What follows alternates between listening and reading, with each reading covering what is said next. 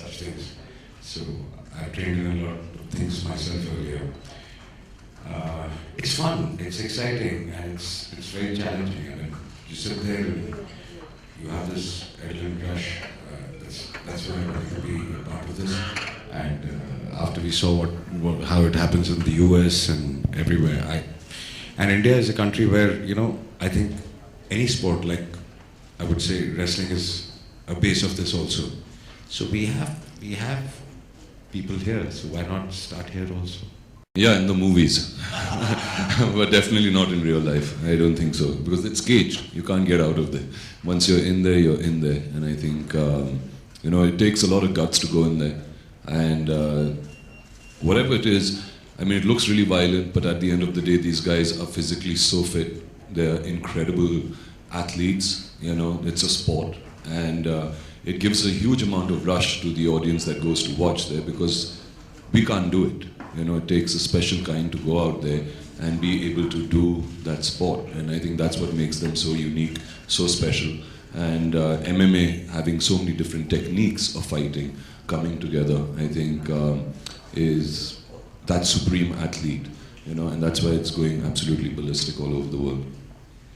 It might not be surprising, but the diaspora of people that actually watch MMA is also the same kind of people that listen to our music. We make music which is very energetic, very for the youth.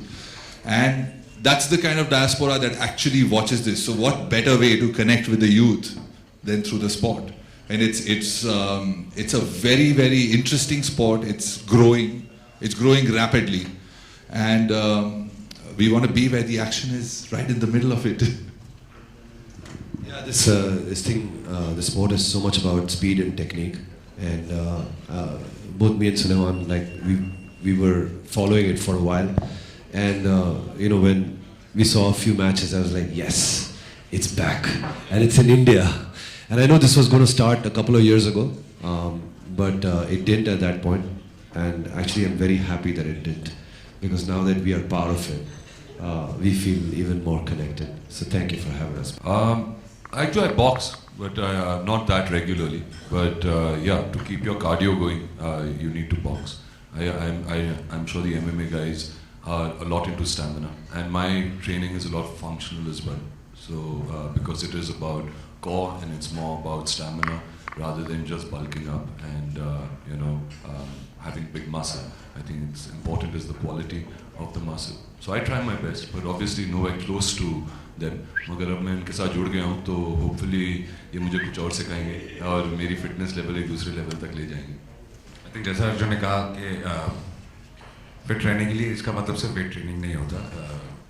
बचपन से हम कुछ ना कुछ करते आए हैं, कुछ ना कुछ सीखते आए हैं, और हमारा काम जो है वो हमको बहुत ज़रूरी है हमारे लिए. We need to be flexible and do the stunts we do in films. Obviously, again, they're not like them. So yeah, like he said, now I would also like to go and train with these guys. देखिए, mix martial arts में काफ़ी सारे arts आ जाते हैं, और जो हमारे cinema में है, आई मीन कुछ तो बहुत ही मैं कहूँगा कि नकली किस्म की फाइटें होती हैं. कुछ आजकल काफ़ी हम रियलिस्टिक जाने की कोशिश करते हैं. जो कोरियोग्राफर्स हैं एक्शन के, हम आजकल उनको हायर कर रहे हैं जो यू नो रियली ट्रेंड हो to make it very real. So I think उसकी बहुत बड़ी अहमियत है. अब आई थिंक मैंने शुरुआत ही ऐसी फिल्मों से की थी. मेरी दूसरी फिल्म थी Jigar. I think that was all about martial arts also. और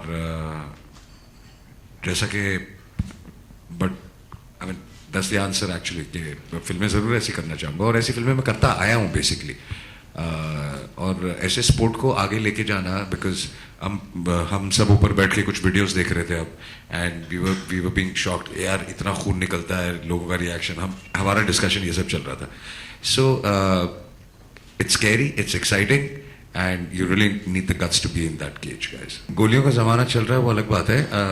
मार्शल आर्ट्स को एज एग्रेशन नहीं, एज ए स्पोर्ट अगर आप देखें तो ये सबसे बेस्ट तरीका फिजिकली फिट रहने का, और बाकी और तरीके भी हैं, but with strength, speed, agility, I think ये सबसे बेस्ट तरीका है. और ये बहुत ज़्यादा कॉन्फिडेंस देता आपको. I mean I am sure Arjun will agree with me हमारे भी फेज आते हैं कि हम वर्कआउट्स कर रहे हैं और सब कर रहे हैं, and there are days, there are weeks जब हम नहीं करते, हमारा कॉन्फिडेंस लेवल मेंटली अब बहुत लो हो जाता है.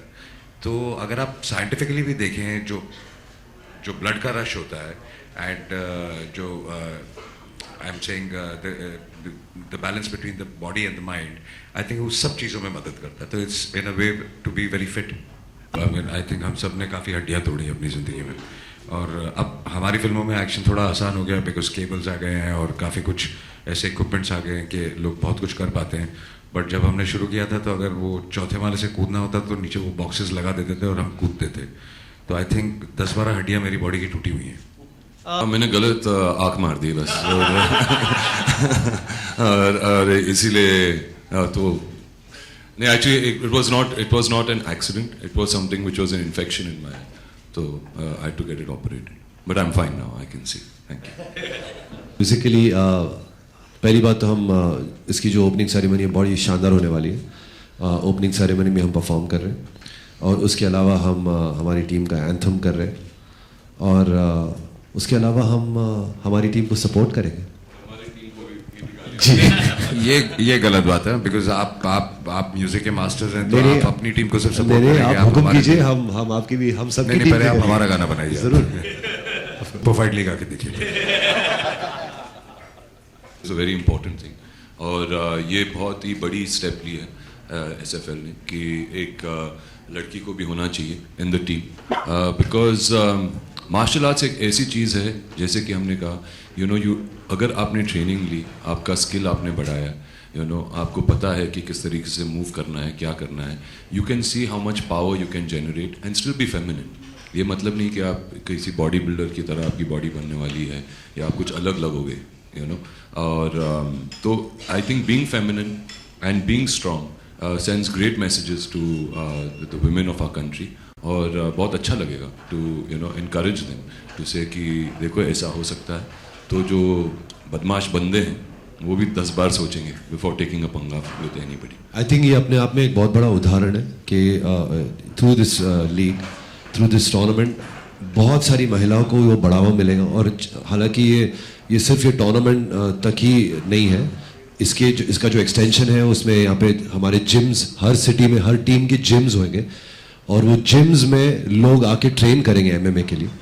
तो ये अपने आप में एक बहुत बड़ी चीज़ है, बिकॉज महिलाओं के लिए आई थिंक ये बहुत ज़रूरी है, ना केवल अपने आप को प्रोटेक्ट करना, but it's also for their self confidence, और उनका वो कॉन्फिडेंस बढ़े उसके लिए. तो it's a beautiful thing actually. सबसे ज़्यादा खुश मैं इसी बात पे हुआ था कि इस टूर्नामेंट में लड़कियां भी हैं, और जैसा कि इन्होंने कहा कि ये सिर्फ सेल्फ डिफेंस की बात नहीं है, ये कॉन्फिडेंस की बात है. और ये एक मिथ है कि लड़कियां मर्दों से कमज़ोर हैं. अगर उनका कॉन्फिडेंस स्ट्रांग हो, अगर वो ऐसी चीज़ों में हिस्सा लें, तो I think they can be stronger than man. और अगर ये मैसेज जब वो देखेंगी टीवी पे लड़कियां लड़ते हुए, तो आई होप कि वो और ज़्यादा इंस्पायर हो, और वो खुद भी कोई ना कोई स्पोर्ट या कुछ ना कुछ अपना कॉन्फिडेंस बढ़ाएं, और उन्हें फिर डरने की कोई वजह ना हो.